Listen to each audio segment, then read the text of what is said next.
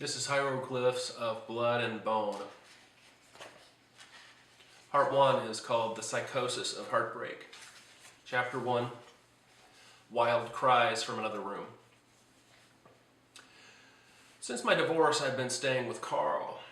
He's constantly saying that my real problem is that I'm too passive around women, and that's probably why Michelle ended things. Because this is Carl's place, I have to listen to him, at least pretend to appreciate the advice. But the two of us are so different, he's incapable of understanding me. Different backgrounds, opposite temperaments. I met Michelle in college, and after graduation, she married me. That lasted 21 years. She's a beautiful woman, possessed of well-developed preferences and strong personal aesthetics. Off the top of her head, Michelle can list all the greatest poets, modern or classical, and the most notable films of Tarkovsky or Kubrick. She'll offer not only a ranked list, but fully reasoned explanations, an encyclopedia of references and connections, merits and demerits. If you want to know which Philip Glass or Steve Reich recordings to own, which to avoid, she'll tell you. Her expertise encompasses all art and literature, especially serious music and literature, but her deepest love is poetry. Carl is dismissive when I tell him things like this. So much bullshit, he says. Carl never finished college, but because he's earning $70,000 a year and he's only 29, he feels assured in his contempt for all that snob shit. That's how Carl talks. Everything's simple. If this woman's so perfect for you, Tiger, how shitty was your game to fuck that up? He asks. Shouldn't you be sharing her bed still instead of mooching off of this guy? How can I answer that? I pay Carl $500 a month for the second bedroom in his houseboat on the Oregon side of the Columbia River. My window looks across the river at Washington. His place is small, but it's convenient. Carl and I work at Constant Marine, a boatyard 3 miles down Marine Drive. That's a 5-minute commute compared to 45 minutes from my house. I mean Michelle's house. She's the one who lives there now. I still think of it as mine because I'm still paying the mortgage. That wasn't stipulated in the divorce settlement, but Michelle wants to wait for property values to rebound enough so she can sell the place. Then she'll pay me back. Most evenings after work, Carl expects me to go out with him. He always chooses a spot, the kind of places he insists single guys should want to go. A fellow's got to aim in the right direction if he's going to get any, he says. What he means is encounters with women. I keep trying to explain my problem with this. A crowded bar is the kind of setting where I have no justification to approach someone. How exactly is meeting women this way supposed to work? Just get their digits, Carl shrugs. Hit them up later. If you're too bok chicken shit to call and talk, that's what texting's for. Then what?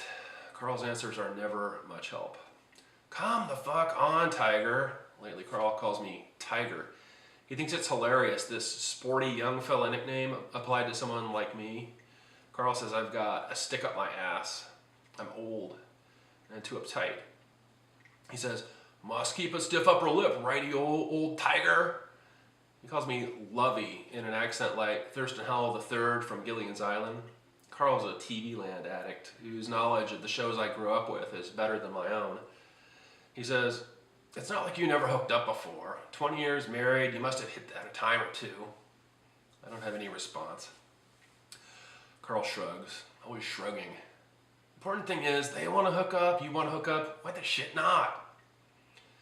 He's better than me at arguing, even pointless and vented disagreements. Carl has endless energy for debate.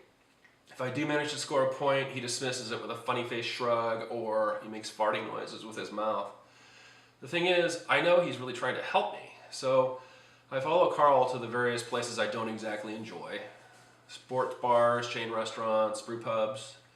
Mostly I feel like I've been dropped off in the wrong country, or the wrong decade, maybe both. Not just disinterested for my part, but certain of the scalding lack of interest younger women feel toward men like me when they can have more confident guys like Carl. Not that he's as handsome as I am or dresses as well, but Carl's 2 decades younger. More important than youth, he possesses a blithe self-confidence, an absolute smirking lack of give a shit women find appealing. At least women we find like in places like Jammers. Carl gets disgusted with me sitting back, sipping and watching. Don't be such a fucking pussy, Felix Unger. That's what you are.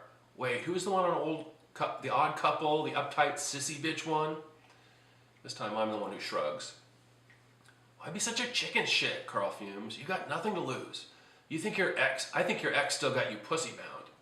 That's another of Carl's frequently voiced theories. The only explanation he can possibly imagine as to why a hetero male, not yet completely over the hill, wouldn't aggressively pursue his next taste of the female unknown.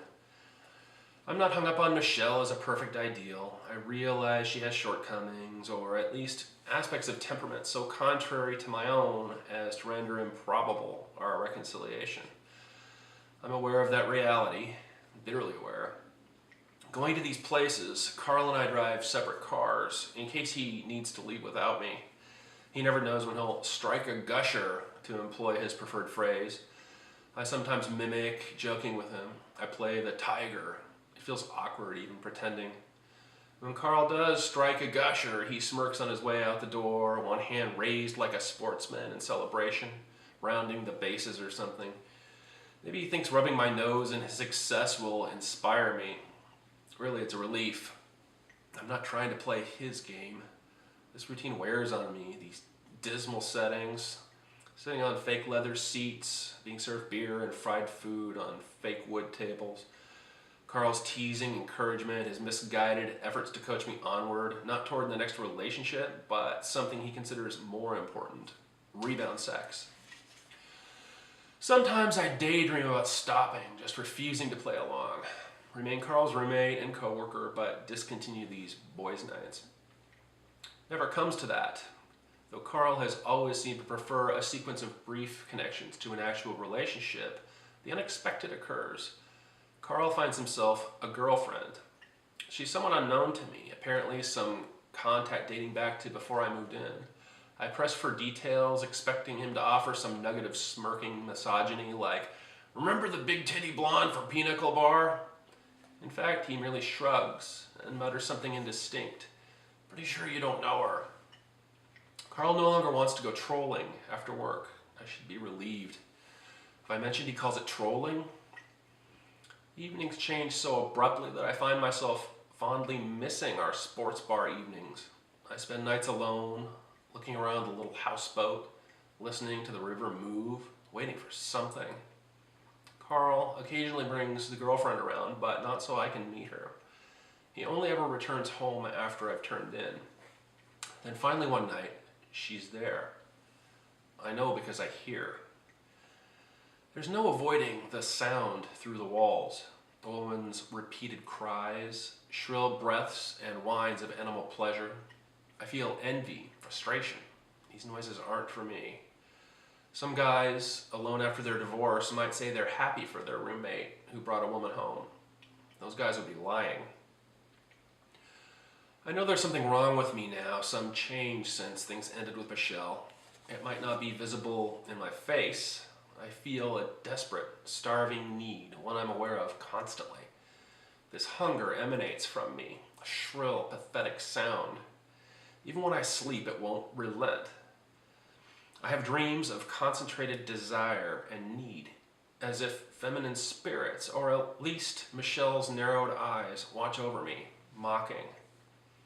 This sense amplifies my loneliness and craving, my sense of being judged.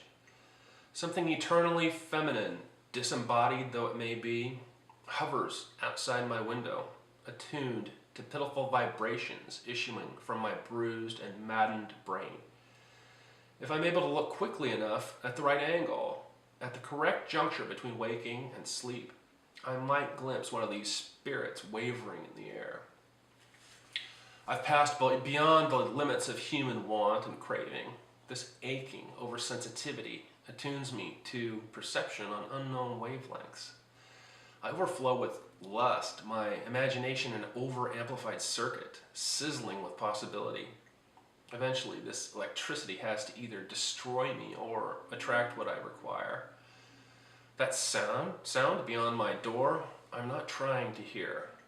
Is there a difference between not trying to listen and trying not to? I cover my head with a pillow, but that doesn't quiet my thoughts. My bedroom, so dark, nothing visible. I'm alone. Where else can my attention go? Hard, deep breaths, rising to extended cries. What am I supposed to do with this primal, clenching response in my gut? Trembling alertness and anxious physical arousal. I believe her cries convey a sense of who she must be, though in truth I know nothing. Remember what it was like being with Michelle? She was never so unrestrained. The sounds carry echoes of past life into this present moment. I'm alone, experiencing nothing physical at all, just listening. Not that I'm putting myself in Carl's place. I'm not. Full-throated yelling, a culmination. How do I know this is real? This isn't the kind of fantasy I'd create. She sounds like she's in pain. Her guard is down, passion rendering her unreservedly wild. This woman I've never met, not that I want her for myself, this specific person. I know nothing about her, I can't even visualize. I close my eyes, try to see Michelle's face, imagine these cries emitting from her. My imagination shifts, the face changes. It's no longer Michelle. By slow degrees, she transformed in every aspect. Completely new, more accepting, not judgmental, no questions. Nothing at all like Michelle, more her opposite. That's who I see. Maybe I sleep. Sounds carry between rooms merge into imagination or dreams. I feel a sense of having briefly possessed a woman of my own. Some strange, ideal person, never met, body and face unseen. A stranger's indefinite shape. A voice defined by gasps and moans. Dreams don't require a name. I jump alert, fully awake. Sudden sharp awareness of midnight solitude.